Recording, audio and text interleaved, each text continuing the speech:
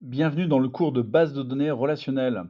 Nous passons dans cette deuxième partie liée à structurer une base de données et notamment les bonnes pratiques pour structurer ou modéliser une base de données.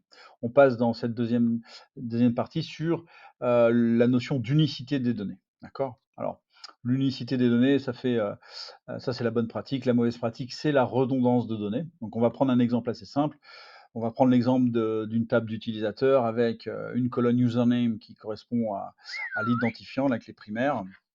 On a une colonne campus qui va être liée ici au campus d'ICAM, donc site de Nantes, site de Vannes, par exemple, et à l'Institut. C'est-à-dire que site de Nantes et site de Vannes appartiennent à l'établissement de l'ICAM Ouest, le site de Toulouse appartient à l'Institut de l'ICAM Toulouse, et ainsi de suite.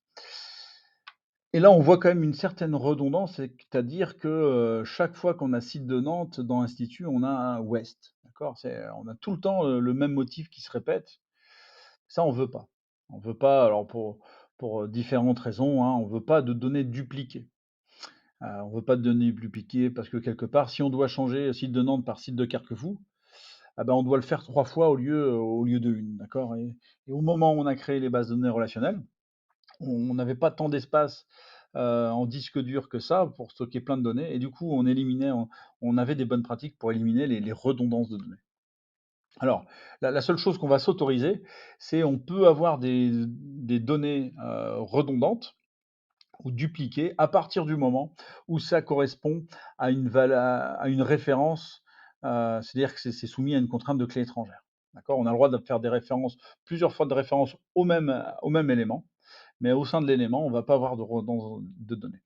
Donc là, la bonne pratique consisterait à séparer les données liées au campus des données liées à l'utilisateur et à rajouter à la place de deux colonnes campus et institut dans la table des utilisateurs, avoir plus qu'une seule euh, colonne campus, d'accord, qui fasse référence finalement à la donnée du campus. Donc là, on a mis comme référence un nombre, une valeur numérique, de sorte parce que pour des raisons de place en fait, hein, ça pourrait être d'autres types de données. Le nom aurait pu servir de clé primaire, hein, dans notre cas. Bon, j'ai mis des nombres.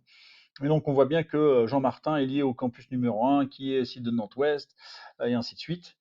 Et on voit bien que site de Nantes-Ouest n'est là, ici, plus qu'une fois dans ce modèle. Donc ça, c'est la façon dont on va corriger, améliorer nos structures de données afin d'éviter les redondances de données.